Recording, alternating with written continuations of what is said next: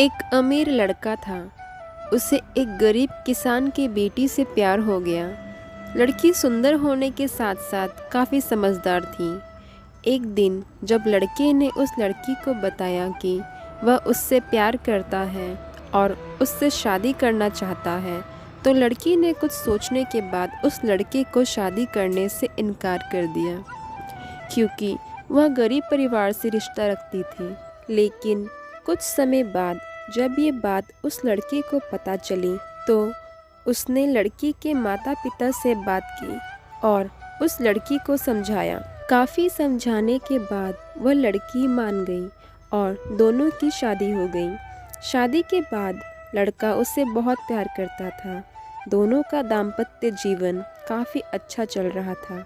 लेकिन कुछ महीने बाद लड़की को चर्म रोग यानी कि स्किन डिजीज़ हो गया, जिसके कारण उसकी खूबसूरती ढलने लगी।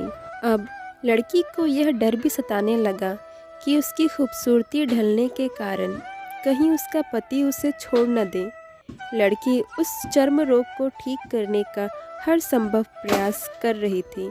समय बीत रहा था और लड़की की खूबसूरती धीरे धीरे ढल रही थी।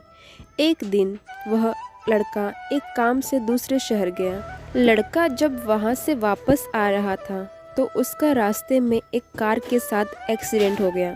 उस दुर्घटना के दौरान लड़के की आंखों की रोशनी चली गई। इस दुर्घटना के कुछ समय के बाद उनका जीवन फिर से सामान्य और सुखी बीतने लगा। वह लड़की चर्म रोग की वजह से दिन प्रतिदिन कमज़ोर और बदसूरत हो गई। लेकिन पति अंधा होने के कारण उनका दाम्पत्य जीवन ठीक चलता रहा और दिखाई न देने के कारण वह लड़का उससे पहले की तरह प्यार करता रहा। कुछ सालों बाद बीमारी के कारण उस लड़की की मृत्यु हो गई।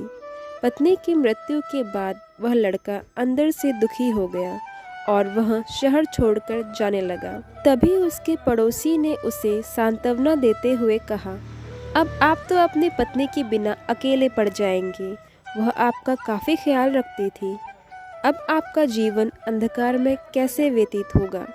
तब उस लड़के ने अपने पड़ोसी की ओर देखा और गहरी सांस लेते हुए कहा, मैं कभी अंधा था ही नहीं, लेकिन मैं यह सोचकर अंधे होने का नाटक करता रहा कि कहीं मेरी पत्नी को उसकी बीमारियों और बदसूरती के कारण यह न लगे कि मैं उससे प्यार नहीं करता।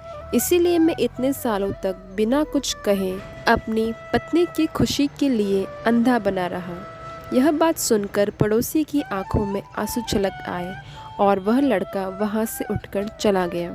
शिक्षा: अगर आप जीवन भर खुश रहना चाहते हैं, तो आप लोगों की कमियों की तरफ ही नहीं, उनकी खूबियों की तरफ भी गौर करिए।